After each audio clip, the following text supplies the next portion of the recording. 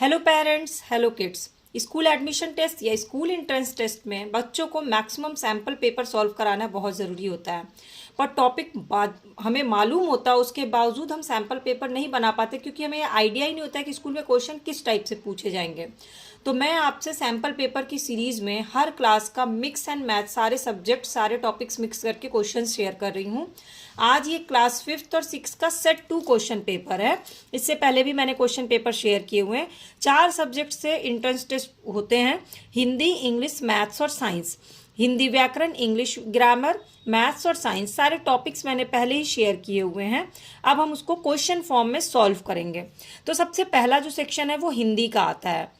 हिंदी में पहला टॉपिक है आज के क्वेश्चन में, शब्दों के बहुवचन लिखें। आपने हिंदी व्याकरण में एक वचन और बहुवचन जरूर पढ़ा होगा, हर क्लास में हम पढ़ते हैं, लेकिन जो आपने क्लास 4th और 5th में पढ़ा होगा उसमें जो एक लिस्ट दी होगी, आपको वो लिस्ट लर्न करनी है।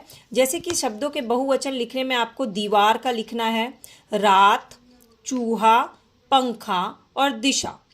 तो बहुवचन और एक वचन क्या होता है, ये कंसेप्ट आपका क्लियर होगा तो ही यहाँ पे कोई भी क्वेश्चन आएगा आप उसका आंसर लिख पाइएगा। इसलिए आज आपको क्या रिवीजन करना है, बहुवचन और एक वचन को रिवीजन कर लीजिएगा ताकि ऐसे क्वेश्चन को आप सॉल्व कर लीजिए। फिलहाल आप इसको जरूर सॉल्व करिएगा। दूसरे नंबर पे आते हैं व्याकरण में सर्वनाम से क्वेश्चन।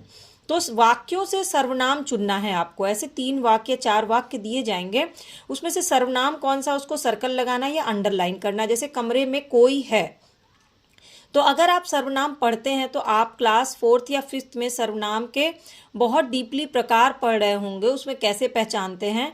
तो आपको यहाँ पे कमरे में कोई है में सर्वनाम कौन सा अंडरलाइन करना, मुझे कमीज दे दो, जिसकी लाठी उसकी भैंस। इन तीनों में सर्वनाम कौन सा है। अगर आपको कोई प्रॉब्लम हुई तो कमेंट करके बताइएगा, मैं उसका सॉल्यूशन बता दूंगी। फिलहाल एक राउंड आपको ये सारे क्वेश्चन खुद से सॉल्व करने हैं।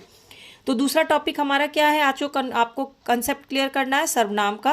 ये सारे टॉपिक की क्लासेस भी मेरे चैनल के प्लेलिस्ट पे दी हुई है, आप चाहे तो देख सकते हैं। जिसकी नहीं मिलेगी तो मुझे कमेंट करके बताइएगा, मैं आपसे शेयर कर दूंगी। तीसरा टॉपिक आता है विशेषण। तो इसमें विशेषण में मैक्सिमम टाइम पूछा जाता है फिलिंग द ब्लैंक। आपको खाली स्थान अपने उससे विशेषण से भरना है। डैश सांप फुंकार रहा है, तो सांप की विशेषता क्या यहाँ पे भरनी है। सींग एक डैश पशु है, यहाँ रखी हुई मेज डैश है। इन तीनों में आपको विशेषण भरना। विशेषण क्या होता है, जो संज्ञा की विशेषता बताता है वो विशेषण होता है। तो आपको यहाँ पर सांप की विशेषता क्या होगी, सींग की विशेषता क्या होगी और मेज की विशेषता क्या होगी, वो आपको अपने अकॉर्डिंग यहाँ पर आपको फिल करना है।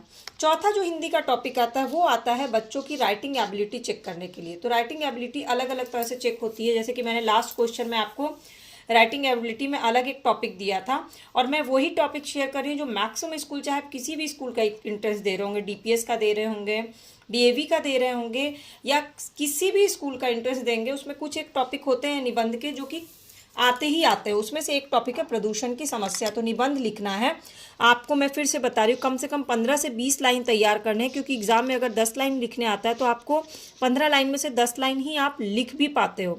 और निबंध लिखने का सही तरीका क्या होता है वो अगर आपको जानना होगा तो मैं उससे शेयर कर दूंगी कि बहुत ही आसान तरीके से आप किसी भी टॉपिक पे कैसे निबंध लिख सकते हैं।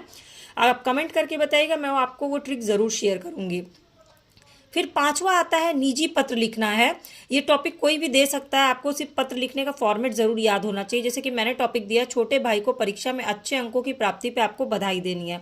तो क्या फॉर्मेट होगा आपको पता होगा, अगर नहीं पता है तो हिंदी व्याकरण की किताब के लास्ट में जरूर पत्र का फॉर्मेट दिया होगा, आप उस फॉर्मेट को लर्न कर लीजिए। क्योंकि राइटिंग स्किल, यही 2 सेक्शन जो होते हैं ना एंट्रेंस टेस्ट या एडमिशन टेस्ट में पास कराने के मेन क्राइटेरिया होते हैं। अगर आपका ये 1-2 गलत भी हो जाएगा ना तो चलेगा, बट अगर आप इसमें बहुत अच्छे से लिख देते हैं ना तो आपका एंट्रेंस टेस्ट एकदम क्लियर होना एकदम 100% गारंटी हो जाती है। ठीक है, तो राइटिंग प्रैक्टिस मैक्सिमम करिए, क्रिएटिव राइटिंग। अब चलते हैं हम लोग दूसरे सब्जेक्ट में, वो है हमारा इंग्लिश। तो सबसे पहले आता है इंग्लिश में ग्रामर में, right the opposite meaning of the words. Opposite मतलब उल्टा लिखना है आपको। ये इसकी लिस्ट आपको लर्न होनी चाहिए, अपने लास्ट क्लास जो आपने पास किया उसके ग्रामर की बुक में ज़रूर होगा। नैरो, बेटर, रूड और लिमिट, इसका अपोजिट वर्ड लिखना है। Narrow, better, rude, limit. इसको नोट डाउन कर लीजिए। इसको सॉल्व करके मुझे व्हाट्सएप पे भेज सकते हैं आप, या फिर आप शेयर कर सकते हैं मुझसे चैनल पे भी, जिस भी आपको सुविधा हो आप व्हाट्सएप पे भी कर सकते हैं। मेक प्रॉपर सेंटेंसेस, यहाँ आपका थॉट प्रोसेस चेक किया जाता है कि आप किसी भी वर्ड मीनिंग से सेंटेंसेस कितना अच्छा बना पाते हैं। तो यहाँ पे इसको आपको सेंटेंस बनाना है। Is school how far your, यहाँ सेंटेंस के वर्ड्स को अलग अलग करके लिखा गया है आगे पीछे। आपको इससे एक प्रॉपर सेंटेंस फॉर्म करना है। Is school how far your, see asleep found her child, play cat to like her with mini pet डस।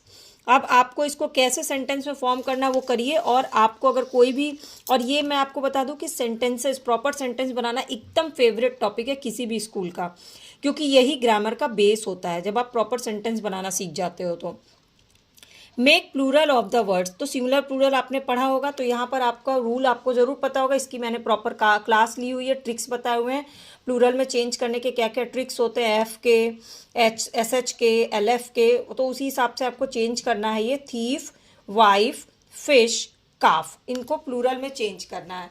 ठीक है, अगर आपको कोई भी डाउट होगा तो आप बिना झिझक के मुझसे पूछ सकते हैं। इसके बाद है right 10 lines how you enjoyed picnic. तो हिंदी में जैसे आपकी हिंदी राइटिंग स्किल चेक की जाती है, उसी तरह से इंग्लिश में English grammar, English writing skill, English में थॉट प्रोसेस आपका कैसा, ये चेक करने के लिए कोई ना कोई ऐसा एसे या कोई टॉपिक दिया जाता है। तो यहाँ आपको 10 लाइन्स लिखना है अपने किसी पिकनिक इवेंट के बारे में, जहाँ आप पिकनिक पे गए हो, आपने कहाँ गए पिकनिक पे, किसके साथ गए, क्या क्या किया और कंक्लूजन क्या निकाला, ये 10 लाइन्स में लिखना है। 5वां क्वेश्चन आता है मेक सेंटेंसेस, जिसमें वर्ड मीनिंग्स दी जाती है, जो कि इंपॉर्टेंट पार्ट होता है आपके एग्जाम का। फुलिश, काम, पेशेंट एंड किंगडम, इससे आपको सेंटेंसेस बनाने हैं और कोशिश करिएगा कि सेंटेंसेस अपने क्लास के अकॉर्डिंग थोड़े स्टैंडर्ड बने। ही इज फुलिश लिख देना is not a proper sentence, ये तो एकदम कहते हैं ना शॉर्टकट मारना। तो हमेशा सेंटेंस कोशिश करनी है कि एक प्रॉपर सेंटेंस बने, ना कि कोई शॉर्टकट बने, अगर आपको एंट्रेंस में अच्छे नंबर से पास होना है।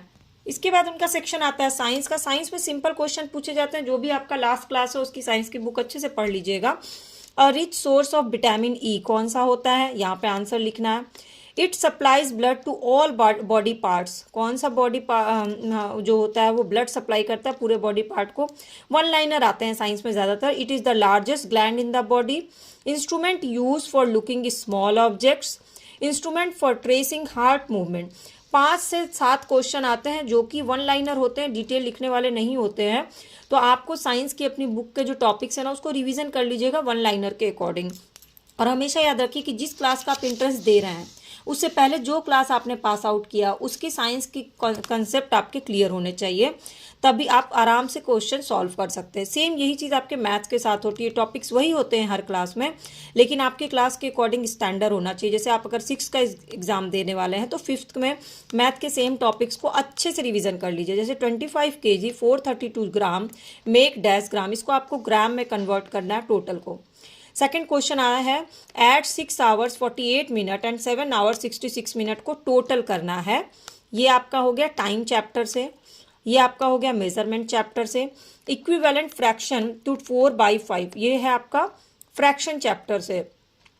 The product of 2 17 108 multiply by 7 will be, ये नंबर चैप्टर से इसका आपको पूरा बताना है। 8 बॉटल्स इफ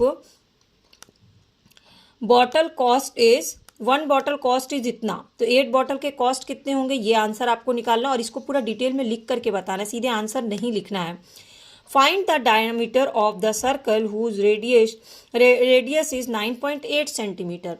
तो ये आपके 6 क्वेश्चन है। मे बी मैथ में एनी 5 करना हो, लेकिन आपको टॉपिक्स क्लियर होने चाहिए कि इन टॉपिक से क्वेश्चन पूछे जाते हैं। ठीक है, तो आपको चारों सेक्शन में कौन सा क्वेश्चन सेक्शन जो है आपका सबसे आसान लगता है और आपको सबसे कठिन जो है ना टफ कौन सा सेक्शन लगता है, नीचे कमेंट करके ज़रूर बताइएगा। मैं अपनी तरफ से पूरी कोशिश करूंगी कि आपकी मैक्सिमम हेल्प कर सकूँ, ताकि आप स्कूल के एडमिशन टेस्ट, एंट्रेंस टेस्ट में अच्छे नंबरों से पास हो जाएं, अच्छे सेक्शंस मिल जाएं। बाकी आपके जो डाउट्स हैं वो आप मुझे कमेंट करके बताइएगा, तो ही मैं क्लियर कर पाऊंगी। और अभी ये सीरीज़ अभी चलेगी, हर क्लास की होगी, 4th की, 5th की, इसके अलावा 2, 3 सब क्लासेस की होगी, subject wise mix and match करके। तो अगर आप लास्ट सारी क्लास मिस कर गए हैं तो वीडियो पे आप जाके चैनल के प्लेलिस्ट पे जाइए, आपको सारी वीडियोस मिल जाएंगी। और अगर आपको डेली अपडेट रहना वो भी फ्री ऑफ कॉस्ट, तो प्लीज़ सब्सक्राइब बटन को क्लिक करके बेल आइकन को प्रेस कर लीजिए, ताकि सारी video update free of cost आपको मिल जाए। नीचे कमेंट करके अपने क्वेश्चंस, अपने क्वेरी, आपको ये क्वेश्चन पेपर कैसे लग रहे हैं नीचे कमेंट सेक्शन में ज़रूर बताइएगा।